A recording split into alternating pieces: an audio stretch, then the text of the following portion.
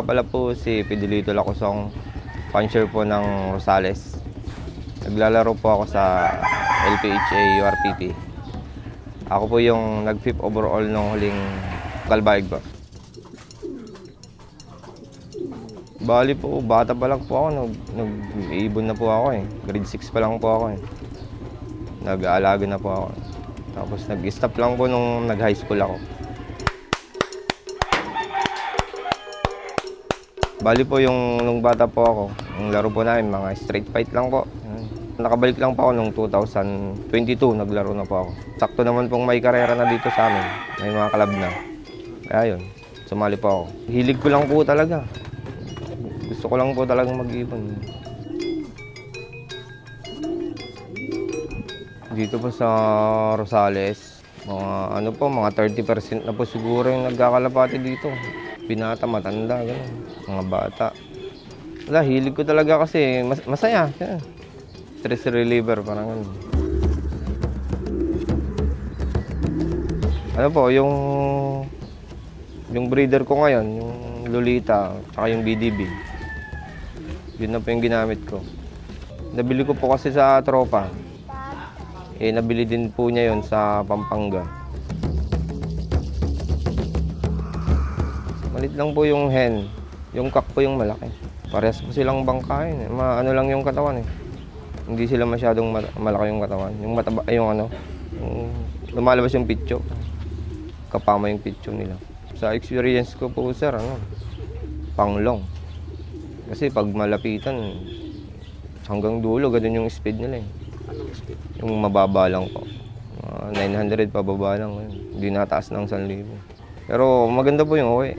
BD po yung yung cock.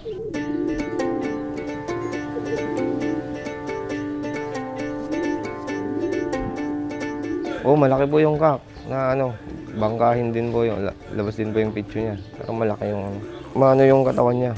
Pero may makakabaka talagang pitcho niya. Mana po siya sa sa nanay niya. Maliit lang po siya. Bali, ito po yung nag-5th overall ko po ng Kalbayog sa LPHA. Maliit lang po siyang ibon. Cock po siya.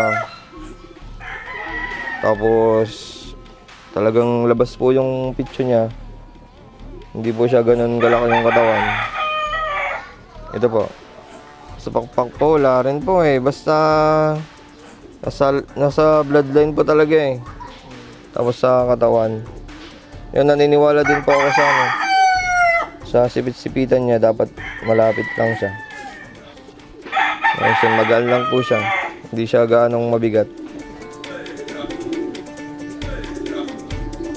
First lap po niya, ang speed lang po niya is 650 po. Kasi tumambay po siya eh.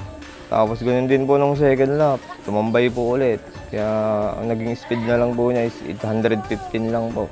Pero nung third lap, pumapasok na po ng mabilis.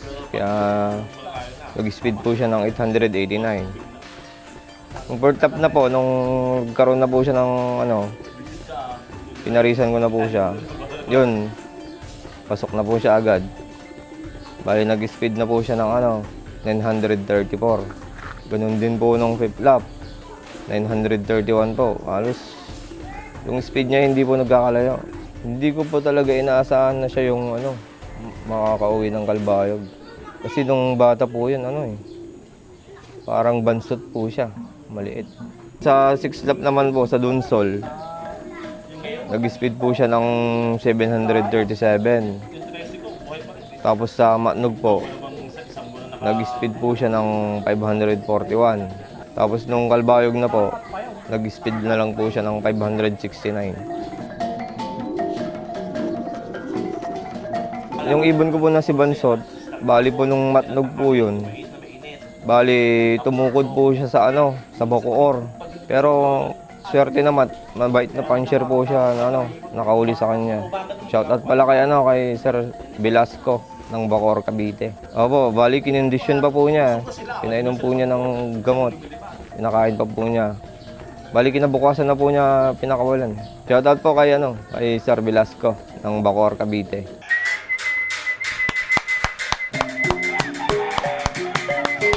Nung una po talaga, sir, nahihirapan pa talaga ako kasi natambay sila eh. Nung tumagal naman na nung pinarisan ko lang po siya, mga ibon ko. Pag may pares na, pumapasok na sa kulungan. Pag galing karera. Viewing ko po dito, nilalabas ko lang po dito. Hinahayaan ko lang po sila dyan. Libad-libad lang po.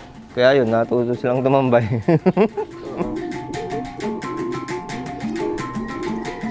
Ginugutom ko na po sila ngayon eh. Kunti lang po pinapakain ko sa umaga. Tapos hapon, kunti na lang din. Tapos pag magpapakain ako, yun, madali na silang pumasok. Opo, napasok na sila. Hindi kagaya po dati. Talagang kahirapan. Kasi sawa sila sa pagkain dati. Pag nagtotos po ako, sir, minumotor ko po dito sa may bandang Nueva Ecija po ako nagtotos. Kuya po, Gimba. Diyan lang po ako nagtotos.